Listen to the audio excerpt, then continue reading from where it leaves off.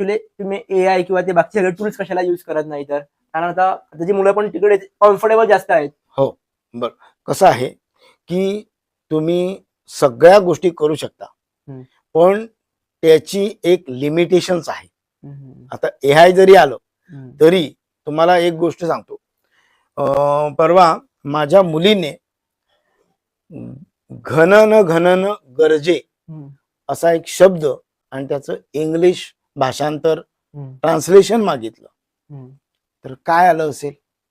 काय आलं आहे? एक काय आपण क्लाउड्स क्लाउड्स असं असं आलं. तुम्ही बिलीव्ह करणार नाही, म्हणजे तो त्याचा अर्थ इंग्लिश मध्ये तसाच ते शब्दशः अर्थ येतील. हम्म. तुम्हाला जो अभिप्रेत अर्थ हम्म. आहे तो तुमच्या पुस्तकांच्या वाचनातून आणि हम्म. तुमच्या बुद्धिमत्तेतूनच मिळू शकतो, तो तिथे हम्म. मिळू शकत नाही. बरोबर. कळलं ना? त्याच्यामुळे या ज्या गोष्टी आहेत या हम्म. तुम्हाला प्रॅक्टिकलीच केल्या पाहिजेत. त्या तुम्हाला तशा पद्धतीने होणार नाही.